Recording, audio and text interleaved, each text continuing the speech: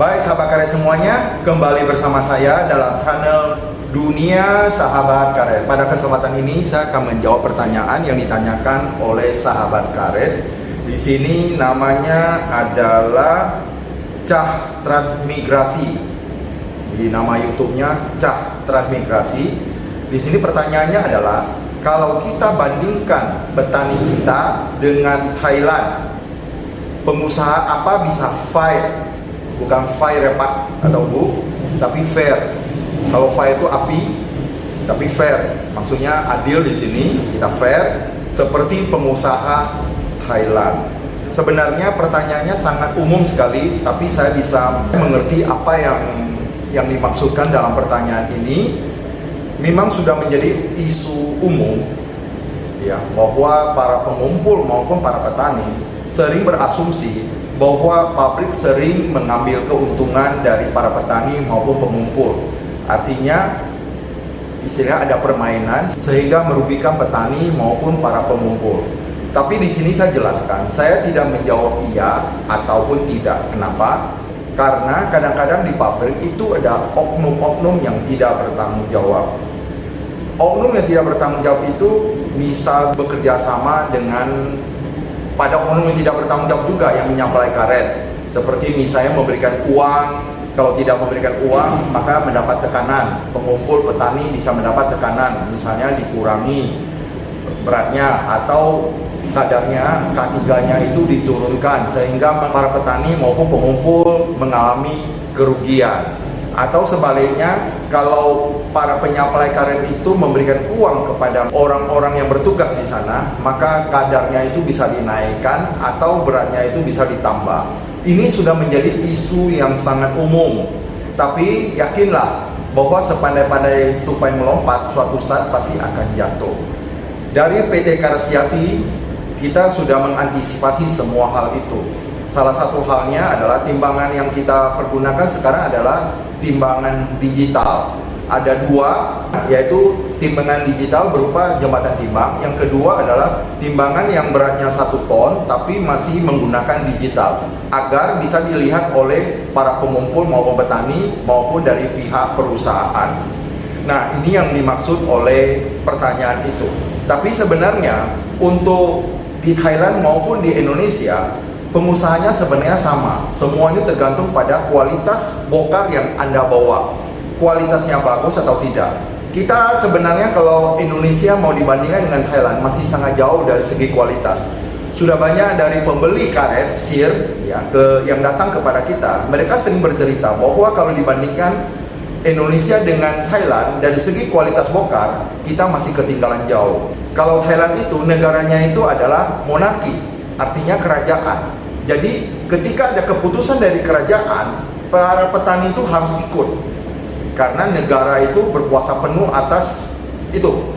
Sedangkan di Indonesia kita bersifat republik, artinya kekuasaan tertinggi itu berada di tangan rakyat. Jadi apapun peraturan yang dibuat, baik itu dari pemerintah ya maupun dari perusahaan, mungkin para petani apakah yang mengikuti? Tidak. Kenapa? Kita lihat saja bokar mereka itu masih kotor dan berisi berbagai macam. Dari Menteri Pertanian saja sudah membuat berbagai macam peraturan itu supaya para petani ini bisa menyadari, mempelajari sehingga bokar yang dibuat itu bisa lebih bagus dan dijual ke perusahaan dengan harga yang cukup bagus. Tapi apakah itu jalan 100%? Tidak. Kenapa? Karena di Thailand dengan di Indonesia itu secara geografis itu berbeda. Coba kita bayangkan, 4 kali negara Thailand luas daratannya itu baru 1 Indonesia. Thailand luas perairannya hanya 2.230 km persegi.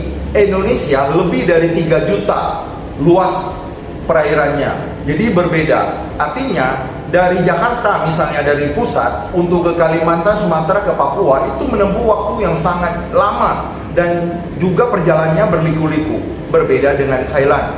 Thailand itu negaranya tidak sebesar Indonesia. Makanya ketika pemerintahnya itu mengadakan satu instruksi untuk perubahan, itu tidak begitu banyak menemui kendala. Karena salah satunya adalah negara Thailand itu negara kerajaan dan rakyat itu harus patuh kepada pemerintah atau kerajaan tersebut. Berbeda dengan Indonesia. peraturan-peraturan yang dikeluarkan oleh pemerintah tidak 100% dijalankan oleh para petani. Jadi jangan terlalu percaya dulu dengan isu. Buktikan dulu. Kalau para petani mau mengantar karet langsung ke perusahaan, itu jauh lebih baik. Dan ini juga banyak isu-isu yang didengar oleh para petani yang juga pernah saya dengar. Jangan langsung mengantar karet ke pabrik karena nanti dipersulit. Itu isu-isu negatif yang sering disebarkan oleh orang yang tidak bertanggung jawab. Tujuannya apa? Supaya para petani tidak langsung terhubung ke pabrik. Jika para petani terhubung ke pabrik, maka mereka juga akan mengalami kerugian. Keuntungan mereka tidak ada karena petani memproduksi karet atau bokarnya langsung dibawa ke pabrik sendiri, sehingga mereka kehilangan keuntungan. Tapi kalau para petani mau percaya, coba sekali-sekali datanglah ke pabrik, konsultasi dengan pihak pabrik. Untuk memasukkan karet ke pabrik itu sangat gampang, mudah. Pabrik tidak akan mempersulit karena pabrik karet itu membutuhkan karet atau bokar. Pasti mereka akan menerima dengan baik. Tapi sekarang tergantung kepada para petani mau antar sendiri atau tidak. Biasanya para petani inginnya cepat, tanpa ada kerja yang lebih berat. Mereka justru menjual kepada tengkulak, kepada pengumpul, dan mereka di DP, jadi enak langsung menggunakan uangnya, sehingga para pengumpul yang membawa ke pabrik. Dan kita perhatikan di setiap pabrik karet yang datang itu kebanyakan pengumpul, bukan petani. Petani hanya sekian persen. Dari 100% mungkin petani tidak sampai 10%. Yang lainnya adalah para pengumpul. Ini yang jadi masalahnya. Makanya kita tidak bisa dibandingkan dengan Thailand. Kalau kita mau jujur, Indonesia memiliki lahan karet yang paling luas di dunia, nomor 1 di dunia. Nomor 2 baru Thailand. Indonesia memiliki lebih kurang 3,5 juta hektar karet, sedangkan Thailand baru 2 juta hektar. Berarti Thailand masih di bawah Indonesia. Tapi kenyataannya produksi Thailand jauh melebihi Indonesia. Thailand sendiri, satu negara, bisa untuk memenuhi komoditas karet secara internasional 40%. Sedangkan Indonesia dengan luas karet terbesar di dunia baru bisa menyapot lebih kurang 20%. Berarti baru 50% dari Thailand. Jadi kenapa bisa demikian? Karena banyak sekali pemahaman para petani menggunakan bibit dari hasil yang dia dapat dari biji. Jadi biji dari karetnya dia tanam, itu dia tanam, sehingga tanam karetnya itu tidak unggul dan tidak menghasilkan karet yang lebih banyak. Itu yang pertama. Yang kedua, di Indonesia banyak sudah karet yang sudah lewat dari 10 tahun, artinya karetnya atau tanaman karetnya itu sudah tua, sehingga tidak bisa menghasilkan karet secara maksimal. Yang ketiga, orang Indonesia itu suka nyambil. Tahu nyambil ya? Kalau misal harga karet turun, dia bisa lari ke sawit.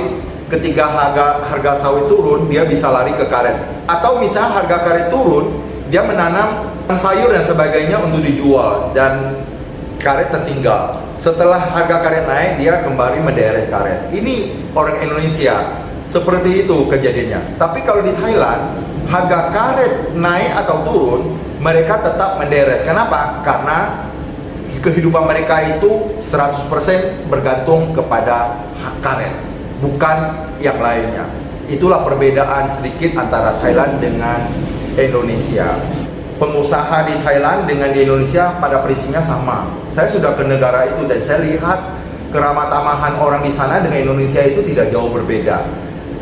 Yang jelas adalah mutu dari bokar itu yang membuatnya berbeda. Di Thailand bokarnya itu sangat bagus. Mereka tidak mencampur lagi. Berarti pengetahuan dan teknologi yang dimiliki oleh negara itu sudah diterapkan kepada masyarakat dan masyarakat bisa mengadopsinya dengan baik. Di Indonesia bukan tidak bisa, tapi luasnya negara kita ini bahkan sampai ke pelosok-pelosok yang tidak bisa kita jangkau, ini yang sangat sulit. Mereka juga memproduksi karet, tapi untuk pengeluarannya mereka masih melalui jalur air.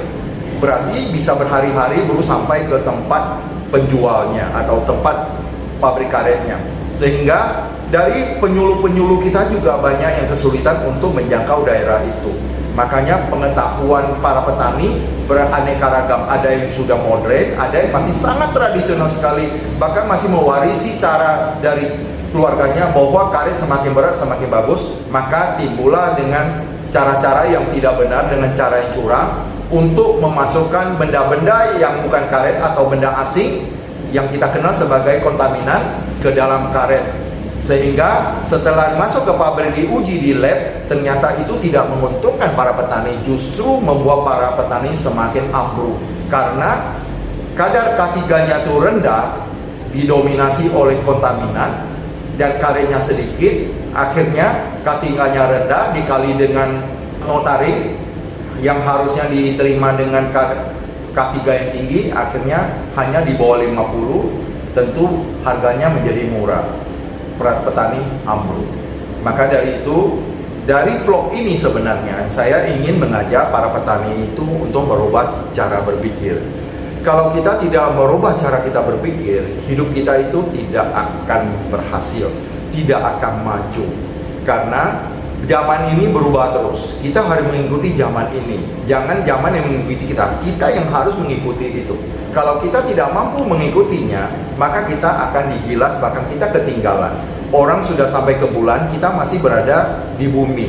Ini yang saya maksudkan. Dengan vlog ini, saya berharap secara nasional para petani ini bisa merubah cara dia berpikir. Buatlah karet. Hasilkanlah karet yang betul-betul berkualitas. Kalau karet itu membentuk bokar yang kualitas tinggi, maka perusahaan pasti berani membeli dengan harga yang tinggi. Tapi kalau yang di dalamnya itu banyak kontaminan, otomatis harganya itu pasti ambruk. Yakinlah, di Thailand para petaninya itu semua memproduksi karet yang bersih, murni. Bapak Ibu pernah dengar bahwa ketika terjadi konflik di Thailand Selatan, harga karet dunia naik. Kenapa? Karena dunia kekurangan karet. Tetapi setelah konflik itu selesai, Thailand mulai melepaskan produknya ke mancanegara, harga karet langsung plum, ambruk kembali. Kenapa? Karena Thailand sangat dominan dalam ekspor karet. Artinya yang tadi saya katakan, Thailand bisa mendominasi 40% karet atau karetnya ke mancanegara, sehingga Thailand menjadi negara yang sangat diperhitungkan dalam produksi karet.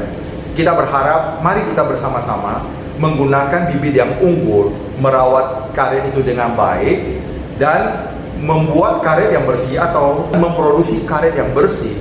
Ya, saya yakin cepat atau lambat kita bisa melewati kemampuan dari Thailand memproduksi karet.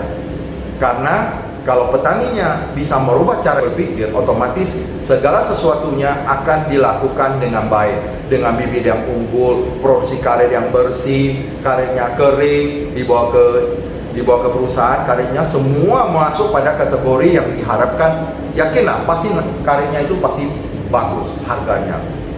Dan ini sebenarnya jarang sekali mau dibocorkan oleh pihak pabrik karet, karena tidak bisa menjangkau begitu banyak para petani, dan yang datang pun itu adalah para pengumpul, bukan petani. Yakinlah, perusahaan tidak akan mempersulit para petani untuk membawa karetnya. Memang ada namanya DO, kita mau buka DO, mau apa, itu nanti urus belakangan. Ataupun Bapak Ibu datang dulu ke pabrik, konsultasikan dengan para petugas yang ada di pabrik. Yakinlah Bapak Ibu, saya berbicara seperti ini walaupun Bapak Ibu tidak membawa karet ke PT Karasyati, tapi saya bahagia melihat Bapak Ibu bisa memproduksi karet bersih dengan harga yang tinggi. Bapak Ibu bisa hidup lebih bahagia dan sejahtera, dan bisa memenuhi kebutuhan pokok dalam kehidupan sehari-hari. Itu saja yang saya harapkan.